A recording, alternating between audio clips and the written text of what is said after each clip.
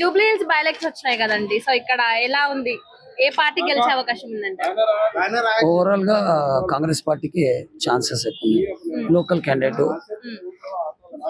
Senior నుంచి 4-5 సార్లు contest చేసిండు ఆల్ పార్టీస్ నుంచి.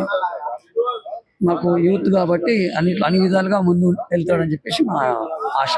ఖచ్చితంగా కాంగ్రెస్ గెలుస్తుంది. అయితే బీఆర్ఎస్ పార్టీ అభ్యర్థి ఎవరైతే ఉన్నారో మాగంటి సునీత, ఆమెకి సింపతి కార్డు వర్కౌట్ అవుతుందని అని మాట్లాడుతున్నారు. ఇప్పుడు కంటోన్మెంట్ లో చూసి కదా ఏ సింపతి ఒక్కప్పుడు ఉంటుంది. ఇప్పుడు సింపతి లేదు, డెవలప్మెంట్ మీద వెళ్ళిపోతుంది. ఈ 2.5 ఏళ్లలో ఏం డెవలప్ చేసినో దాని మీద మేము వెళ్తాం ఖచ్చితంగా. సింపతి అంత ఏముండదు, సింపతి వర్క్ ఏముండదు, సింపతి వర్క్ లేదు. ప్రజాపాలన, గడిల పాలన కాదు. సో నవీన్ యాదవ్ కి ఇప్పుడు ప్రజల్లో ఎలాంటి ఆదరణ ఉందని చెప్తారు? ఇప్పుడు ప్రజల్లో మంచి రెస్పాన్స్ వస్తుంది, రోజు రోజుకి ప్లస్ అవుతుంది అని మైనస్ ఎక్కడ లేదు. మాకు గత ప్రభుత్వంలో పేరుకే టీఆర్ఎస్ పార్టీ కానీ 10 ఏళ్ల నుంచి మాకు ఎక్కడ మా స్లమ్లలో మాత్రం అభివృద్ధికి నోచుకోలేదు. ఇక్కడ పనులు కాలేవు. ఇప్పుడు యువ నాయకుడు కాబట్టి భారీ మెజార్టీతో గెలిపించుకొని ఫర్దర్గా మేము ప్రతిదీ టెంపుల్స్ కానీ, అక్కడ లోకల్గా ఇన్కమ్ మసీదులు కానీ, దర్గాలు ఉన్నాయి అక్కడ కింద, అది కింద మార్కెట్ కానీ, ఇవన్నీ డెవలప్మెంట్ చేసుకుని రోడ్డు డ్రైనేజ్ అవన్నీ చేయించుకోవాలని మా ఆశ. అయితే మరి మాగంటి గోపీనాథ్ వరుసగా 3 సార్లు హ్యాట్రిక్ కొట్టింది కదా. 3 సార్లు హ్యాట్రిక్ కొట్టిన 2 సార్లు హ్యాట్రిక్, 3 సార్లు కాదు 2 సార్లు గెలిచిండు. ఒకసారి దొంగ ఓట్లతో గెలిచిండు, రెగ్గింగ్ చేసిండు ట్యాంపరింగ్ తో. అది ఆల్రెడీ నవీన్ యాదవ్ గారు కేసు వేసేదంట. అది ఇంకో 2 months లో తుది తీర్పు వచ్చే లోపల మాగంటి అక్కడ మనం చేంజ్ అది. లేకపోతే ఇవాటికల్లా అది సింపతి కాదు. ఆయన ఎక్కడికి వెళ్ళి అది సింపతి కాదు, సింపతి కానే కాదు. దాంట్లో కోర్టులో కేసు నడుస్తుంది, ఇంకా 2 నెలలు తుది తీర్పు ఉండే. ఆ తీర్పు ఏమైతే చనిపోయాడు. దగ్గర 20 ఈవీఎంలో ట్యాంపరింగ్ చేసిండు. దాని మీద నవీన్ యాదవ్ కోర్టులో కేసు వేసాడు. సుప్రీం కోర్టులో మాగంటి గోపీనాథ్ పోతే ఇక్కడ కొట్టేసి హైకోర్టులో జడ్జిమెంట్ వచ్చినాక మీరు ఇక్కడ రండి అని చెప్పేసి క్లియర్ చేసిండు. దాన్ని బట్టి ఆ భయానికి సగం గుర్దెక్కపురాలు కరపై చచ్చిపోయాడు. సో మరి ఇప్పుడు నవీన్ యాదవ్ ఏ విధంగా ముందుకెళ్తారండి? నవీన్ యాదవ్ అభివృద్ధి మీద రేవంత్ రెడ్డి గారి మీద నమ్మకంతో దాదాపు 150 కోట్ల ఫండ్స్ రిలీజ్ చేయడం జరిగింది. అన్ని రేమంత్ నగర్, తర్వాత షేక్పేట్, కోడబండ, జవహర్ నగర్, మదనగర్ కాలనీ, ఇవన్నీ రోడ్స్, సెవరేజ్ డెవలప్మెంట్స్ అయినాయి 150 కోట్లతో. దాన్ని దృష్టిలో పెట్టుకొని ఇంకా ఫర్దర్గా ఏమేమి ఉన్నాయో వాళ్ళు కూడా పెండింగ్లో కూడా ముందు చేసుకుంటూ వెళ్తాం. దాదాపు ఒక 40,000 అనుకుంటున్నాం మేము. ఇంకా ఎక్కువ రావచ్చు. ఇంకా ఇప్పుడు మటుకు ఇంకా 10 రోజులలో మెజార్టీ పెరుగుతుందని తగ్గదు. కొంతమంది బీఆర్ఎస్ నాయకులు ఎవరైతే ఉన్నారో వాళ్ళు ఏమంటున్నారంటే నవీన్ యాదవ్ గారికి అవసరం లేదు, వాళ్ళది ఫ్యామిలీ అంతా వేరేలా ఉంది అని మాట్లాడుతున్నారు. దాని గురించి మీరు బీఆర్ఎస్ వాళ్ళకి మా అవగాహన లేకుండానే లాస్ట్ టైం ఎంఎం నుంచి నించున్నప్పుడు 40,000 వచ్చినాయి, 2nd place లో వచ్చిండు. అవునా? ఓకే. తర్వాత ఇండిపెండెంట్ వేసినప్పుడు దాదాపు 20,000 ఓట్లు వచ్చినాయి. అంటే స్వతహాగా ఒక మంచి క్యాండిడేట్ బాగలేకపోతే, ఆయన బ్యాక్గ్రౌండ్ బాగలేదంటారు, ఆయన వ్యక్తిగతంగా బాగలేకపోతే 20,000 మంది అంటే దాదాపు 20,000 ఓట్స్ అంటే నాటే జోక్ కదా. ఈ హైదరాబాద్ సిటీలో పల్లెలు అంటే ఊర్లను అనుకోవచ్చు. ఇప్పుడు ఒక పార్టీ సింబల్, నేషనల్ పార్టీ, ఖచ్చితంగా ఆయన విజయం వరిస్తుంది, ఆయనకి గెలుస్తాడు. ఆ బ్యాక్గ్రౌండ్ అవన్నీ ఫేక్, అంతా తప్పది. జూబ్లీ హిల్స్ పబ్లిక్ కి, యువతకి, తర్వాత పెద్దవాళ్ళకి అందరికి ఒకటే వినయిస్తున్నా, యువ రక్తం, యువకులకి మనం ప్రోత్సహిస్తే పనులు శరవేగంగా జరుగుతాయి. భారీ ఎత్తున గెలిపించుకోవాలి. ఈ ఉన్న ప్రభుత్వంని, ఏదో ప్రభుత్వం ఉందో ఆ ప్రభుత్వాన్ని మనము గెలిపించుకుంటే పనులు ఈజీగా అవుతాయి. ఉండే ప్రభుత్వాన్ని గెలిపించుకోవాలి. 3 years ఉంది ఇంకా మనకు, 3 సంవత్సరాలు. 3 సంవత్సరాలు అంటే చాలా పెద్ద దాన్ని గెలిపించుకుంటే మనకు చాలా పనులు అవుతాయి. దానికి ఒకటే నేను చెప్పేది, ప్రజలు వినవించుకుంటున్నాను. సో మీరు కాంగ్రెస్ పార్టీలో కొన్ని సంవత్సరాలుగా ఉంటూ వస్తున్నారు. మీరు కాంగ్రెస్ పార్టీ పైన ఒక అవగాహన ఉంది, అభివృద్ధి పైన కూడా ఒక మంచి అవగాహన ఉంది. ఇప్పుడు జూబ్లీ హిల్స్ బై ఎలక్షన్స్ అభ్యర్థిగా నవీన్ యాదవ్ ని ప్రకటించారు కదా. సో నవీన్ యాదవ్ ఏ విధంగా ముందుకు వెళ్తున్నారు, ప్రజల్లో ఆయనకి ఎంత ఆదరణ కనిపిస్తుంది? ఫస్ట్ ఆఫ్ ఆల్ అందరికీ నమస్కారం అమ్మా.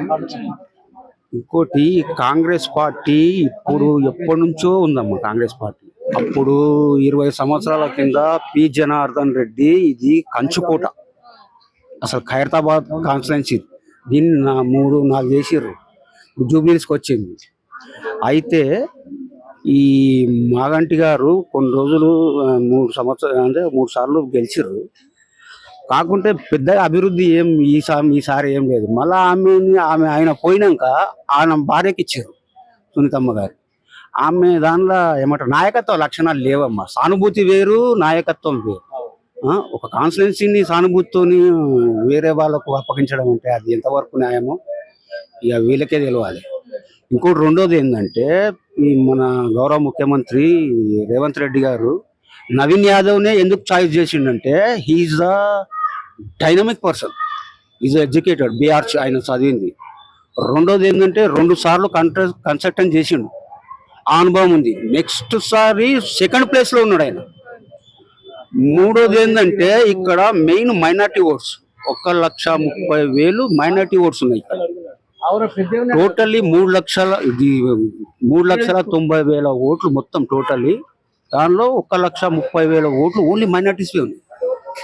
మైనార్టీస్ అసదుద్దీన్ ఓవైసీ గారు మాకు సపోర్ట్ ఇచ్చారు. ఆయన సపోర్ట్ చేయడంతో ముస్లిం మైనార్టీ ఓట్స్ మొత్తం మా ఓటు బ్యాంకులకు పడతాయి. నాలుగవది ఏంటంటే నవీన్ యాదవ్ గారు బీసీ, ఇప్పుడు బీసీలకు బాగా ప్రిఫరెన్స్ ఇస్తున్నారు. బీసీ అదొకటి. మీరు ఎక్కడ పోయాడు మేము చెప్పడం కాదు, నవీన్ యాదవ్ గారు హెల్పింగ్ నేచర్ లో నెంబర్ 1.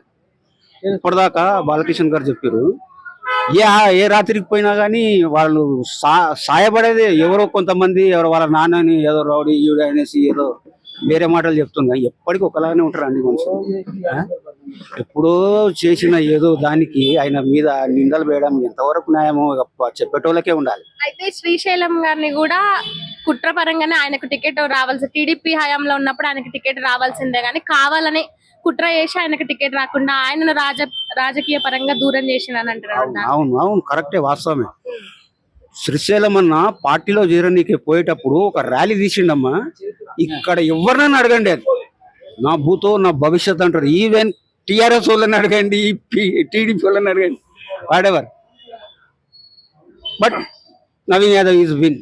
ఇప్పుడు ఆయన కూడా మొన్న ర్యాలీ నామినేషన్ వేయడానికి కూడా చాలా భారీ ఎత్తున చేసింది కదా, దాని గురించి అట్లా చేసినా గానీ వీళ్ళ కండ్లమంట రౌడీలు ఉన్నారు, వాళ్ళు ఉన్నారు. ఇప్పుడు యాదవ సంఘం అన్నప్పుడు యాదవులు ఇప్పుడు పార్టీ లేలే చెప్తున్నారన్నా వీళ్ళు. ఇప్పుడు మన కులం అని మనకు ఉంటదమ్మా, ఎవరికైనా ఉండదా? యాదవులం పోయినాము, సపోర్ట్ చేసినాం. అరే మీరు ఏమంటారు రౌడీలు వాళ్ళు వీళ్ళు అని అనడం ఎంతవరకు న్యాయం? అది వాళ్ళ విఘ్నతకే వదిలేస్తున్నామమ్మా. నవీన్ యాదవ్ గారు కంపల్సరీ విక్టరీ కొడుతున్నాడు జూబ్లీహిల్స్ కాన్స్టిట్యున్సీలో. ఇక వాళ్ళు అంటారా, ఇక చెప్పేటోరు నోరుంటే ఎంతైనా చెప్తారని ఇక వద్దమ్మా, వాళ్ళ విజ్ఞతగా వదిలేస్తున్నా. నాకున్న సోర్స్ ప్రకారం చూడమ్మా, మినిమం 30 to 35 అంతే. సో ఇక జూబ్లీహిల్స్ గడ్డ మీద కాంగ్రెస్ పార్టీ జెండా, నవీన్ యాదవ్ జెండా జూబ్లీహిల్స్ అడ్డా నవీన్ అన్న అడ్డా అంటారు చూడు, జూబ్లీహిల్స్ గడ్డ నవీన్ అన్న అడ్డా అంతకంటే. నమస్తే అంకుల్. నమస్తే అమ్మ. మీ పేరు? నా పేరు గజ్జల బాలకృష్ణ మాదియా. చెప్పండి. సో మీరు ఇప్పుడు కాంగ్రెస్ పార్టీలో ఉన్నారా? ఇప్పుడు నేను ఫస్ట్ టీడీపీ ఉండే అమ్మ. టీడీపీ తర్వాత మా గోపినాథ్ ఎంబడి టీఆర్ఎస్లోకి వచ్చేసిన. ఆయనతో పాటు ఉన్నాక ఆయన చనిపోయినాక వాళ్ళ భార్యకు డిక్లేర్ చేసి టికెట్. ఆమె వర్క్ చేయదు, అది కాదు అంత ఆమెతో కాని పని. దాన్ని బట్టి ఇక్కడ లోకల్ నవీన్ అని ఉండవు, ఆ లోకలే ఆయన. చిన్నప్పటి నుంచి ప్రజాసేవ చాలా చేసుకుంటూ వస్తున్నాడు ఆయన. దాని గురించి కాంగ్రెస్లో మొన్న జాయిన్ అయినా. నేను జాయిన్ అయ్యి వర్క్ చేస్తున్నాను ఇప్పుడు కాంగ్రెస్లో. అంటే మీరు మాగంటి గోపినాథ్ వెంట ఉన్నారని చెప్తున్నారు కదా, మరి ఇప్పుడు ఆమె వాళ్ళ వైఫ్ కి టికెట్ ఇచ్చారు బీఆర్ఎస్ నుంచి. ఆమె ఖచ్చితంగా చేస్తది, సింపతి వర్కౌట్ అవుతుంది అని బీఆర్ఎస్ వాళ్ళు అంటున్నారు. సింపతి అమ్మా, మంచి పక్క వచ్చిన సింపతి లేదా? మొగడు వచ్చిన సింపతి అవుతుందా? ఎంతో మంది ఊరు ఎట్లా గెలిచిరు అట్లా. మళ్ళా మొన్న ఇది ఇక్కడ గెలిచింది అమ్మాయి, దాని ఏమంటారు కంటోమేటు, ఏమైంది? గెలిచిరా వాళ్ళు, ఓడిపోయారు. దుబ్బాక గెలిచిండు. అట్లనే చెప్తాను. మరి నవీన్ యాదవ్ గెలిచే అవకాశం ఉందంట? 100% అమ్మా. దగ్గర 70,000 ఓట్లతో మెజార్టీతో గెలుస్తాడు. అయితే బీఆర్ఎస్ పోటీకి నవీన్ యాదవ్ గట్టి, బీఆర్ఎస్ పార్టీకి నవీన్ యాదవ్ గట్టి పోటీ ఇస్తారని మాట్లాడుతున్నారు. 100% గట్టి పోటీ నవీన్ యాదవ్ ఇచ్చేది. ఇంకా అంటే ఇప్పుడు నవీన్ యాదవ్ ఉన్నాడు కదా, ఆయనకంత అవగాహన లేదు, ఆల్రెడీ కూడా ఓడిపోయినాడు. ఇప్పుడు అవకాశం ఏం బాగుంటది? ఎలక్షన్ అన్నప్పుడు గెలిస్తాం, ఓడిపోతామమ్మా. అంటే ఇప్పటి వరకు గెలిచినదే లేదు అన్నట్టు ఆయన టకాపర్ చూపించింది కదమ్మా, పోటీ అయితే బరాబర్ ఇచ్చింది కదా. అవును. ఈ కొన్ని ఓట్లతో 7,000-8,000 ఓడిపోయాడు. ఆ, ఇప్పుడు పక్క గెలుస్తాడు. కాన్ఫరెన్స్ లో పబ్లిక్ అంతా నవీన్ యాదవ్ గారు మా ఇంట్లో మనిషిలాగా ఉంటారు అంటున్నారు. కరెక్ట్, అది ఇంటి మనిషి అని మాకు పక్కనే ఉంటాడు. సగం రాత్రి ఫోన్ చేసి ఉరికొస్తాడు, అట్లా ఉంటాడు. ఈమెం చేస్తుందమ్మా, ఇప్పుడు వచ్చింది కదా, ఏం చేయలేదు ఆమె. ఆమెకే పోటీ ఇక్కడ వేరే వాళ్ళు ఉన్నారు చాలా మంది. అది ఆమె ఆమె పైన కొన్ని ఎలిగేషన్స్ వచ్చాయి కదా, వచ్చాయి. దాని గురించి మీరు ఆమె సెకండ్ భార్య, ఫస్ట్ భార్య వేరే ఆమె కొడుకు కూడా ఉన్నాడు. మన కేసు వేసిండ కదా, ఆయన కూడా వేసిండు కదా. అది ఆమె గెలిచే ఛాన్సెస్ లేవు. ఇక్కడ నవీన్ యాదవ్ దగ్గర 70,000 మెజార్టీతో గెలుస్తాడు.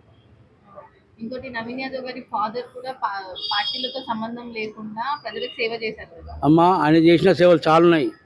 ఈయన ఏం చేయలేదు కానీ సిరిసిల్లమ్మ బాగా చేసిన సేవలు. ఎవ్వడు పోయినా అలా ఆఫీస్లో పోయినా ఆయన ఎంఐఎం ఉండని ఏ పార్టీ ఉన్నా ఎవరిని అడిగిపోతే 100% సాయం చేస్తాడు. ఇంకోటి ఇప్పుడు ఎంఐఎం పార్టీ ఓట్స్ కూడా ఎంఐఎం పార్టీ సపోర్ట్ కూడా నవీన్ యాదవ్ ఉంది. దాని గురించి మీరు అమ్మ, నవీన్ యాదవ్ అందరితో కలిసి ఉంటాడమ్మా. దాని గురించి సపోర్ట్ లేకున్నా కూడా